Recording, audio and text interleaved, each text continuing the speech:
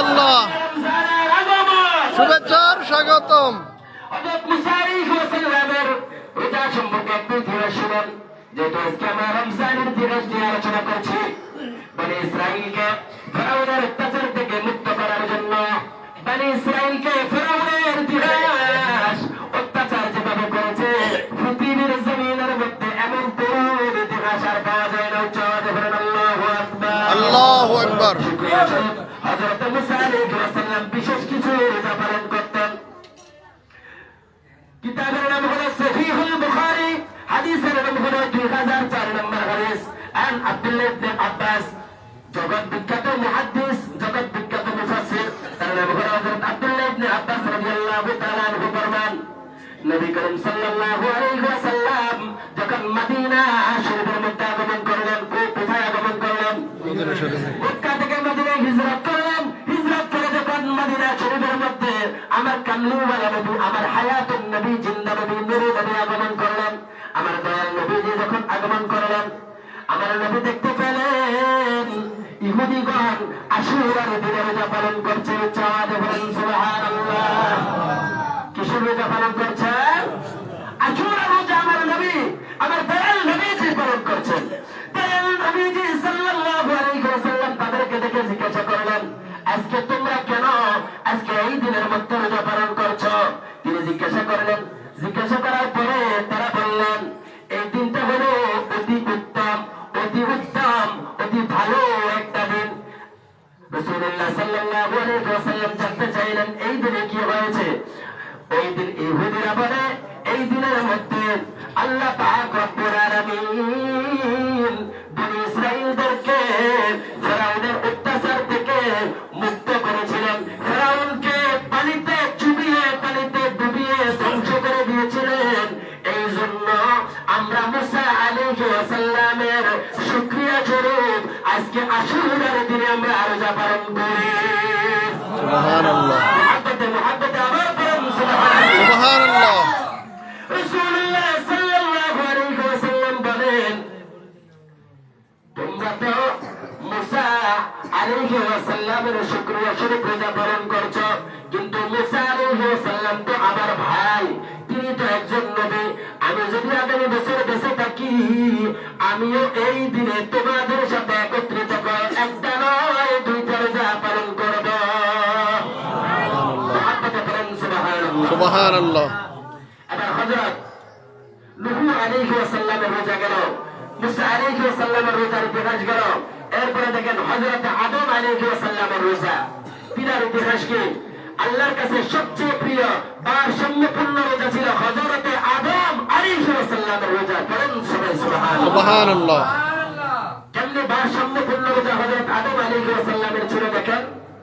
হযরত আব্দুল্লাহ ইবনে ওমর রাদিয়াল্লাহু তাআলা আনহু থেকে বর্ণনা, তিনি বলেন রাসূলুল্লাহ সাল্লাল্লাহু আলাইহি ওয়াসাল্লাম বলেন, আল্লাহর নিকট পছন্দনীয় রোজা হচ্ছে as-সাওমে দাউদ। উচ্চ আওয়াজে মুহাব্বতে বলেন সুবহানাল্লাহ। সুবহানাল্লাহ।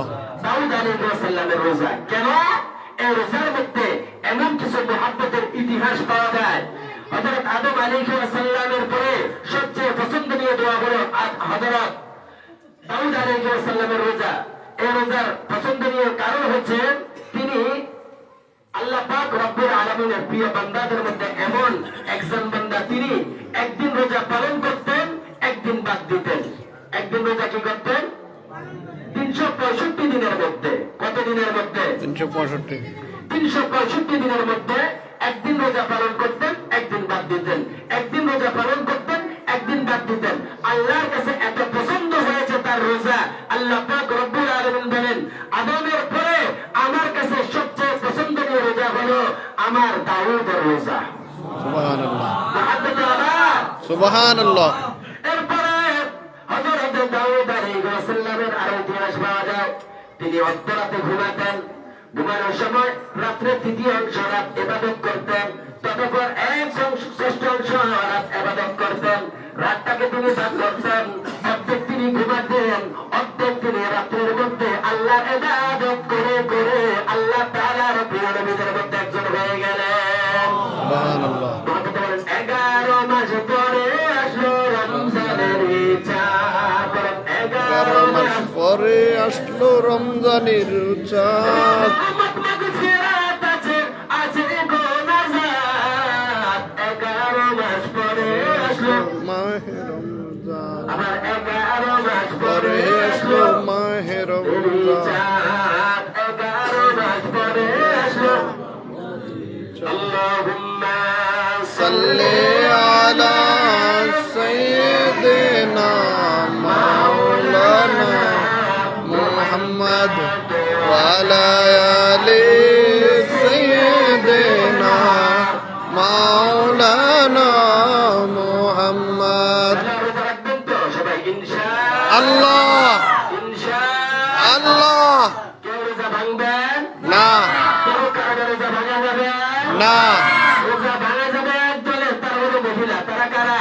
মহিলা পুরুষের কোন অবস্থাতে রোজা ভাঙার কোন কারণ নাই। তবে কথা আছে, অসুস্থ থাকলে, সফরে গেলে পরবর্তীতে এই রোজা আবার আমাকে আপনাকে কি করে দিতে হবে? পূরণ করে দিতে হবে। আপনি যখন সফরে বের হবেন, ওইখানে গেলে যেন আপনার কোনো প্রকারের সমস্যা না হোক, কঠিন একটা বিপদে পড়ে গেলেন, অসুস্থতায় পড়ে গেলেন, তখন হলো ওজরের সময়। ওজর ব্যতীত স্বাভাবিক অবস্থায়, সুস্থ অবস্থায় আমরা কেউ রোজা ছাড়ব না আর এই রমজানে একে কত 70 একে কত 70 70 নফলে বলে তো ফরজের সওয়াব, এক ফরজে 70 এর সওয়াব দান করেন তিনি কে? আল্লাহ আল্লাহ তাআলা। আসুন এখন থেকে বেশি করে নফল ইবাদত করার প্র্যাকটিস করি, কোরআনের খতম করার এখন থেকে আমরা নিয়ত সেট করে ফেলি। রমজান মাস আসার আগে মুদি দোকানদারের প্রস্তুতি রয়েছে, কাপড় দোকানদারের প্রস্তুতি রয়েছে, ঘরের ভিতরে রমজানের বাজারের প্রস্তুতি রয়েছে। আমার আপনার সকলের এখন থেকে রমজান মাস আসার আগে আগে একটা সাত করা দরকার। রমজান মাস আসার আগে আগে একটা প্রস্তুতি গ্রহণ করে রমজানে কিভাবে আমল করবে আমাদের প্রস্তুতির দরকার আছে কিনা? আছে আছে কিনা? আছে আসুন এখন থেকে নিজেরা সাত করে ফেলি। রমজানের কোন টাইমটাতে কোরআন তেলাওয়াত করব, কোন টাইমটাতে বসে বসে আল্লাহর তাসবিহ গণনা করব, কোন টাইমটাতে বসে বসে নবীদের জীবনী পড়ব, কোন টাইমটাতে আমি বসে বসে অন্যান্য কাজকর্ম করব। এটা যদি এখন থেকে আমরা শুরু হতে পারি, আপনি দেখবেন কাজ করার আগে প্রেম করলে যেমনি ভাবে কাজ সহজ হয়, রমজান আসার আগে আগে প্রস্তুতি গ্রহণ করলে আমাদের রমজানের কোনো প্রকারের সমস্যা হবে না। আল্লাহ তাআলা আমাদের সকলকে জানার, বুঝার, আমল করার সে তৌফিক এনায়েত করুন। সকলে বলি আমিন। আমিন। পবিত্র মাহে রমজান আমাদের সামনে আগমন করছে। আমরা আহলান সাহলান মারহাবান মারহাবান মাহে রমজানের আগমন শুভেচ্ছার স্বাগতম। স্বাগতম। আল্লাহ তাআলা সকলকে বুঝার মতো তৌফিক এনায়েত করুক। আসসালামু আলাইকুম ওয়া রাহমাতুল্লাহি ওয়া বারাকাতুহু। যারা পরে এসেছেন 4 রাকাত কাবলা জুমা আদায় করে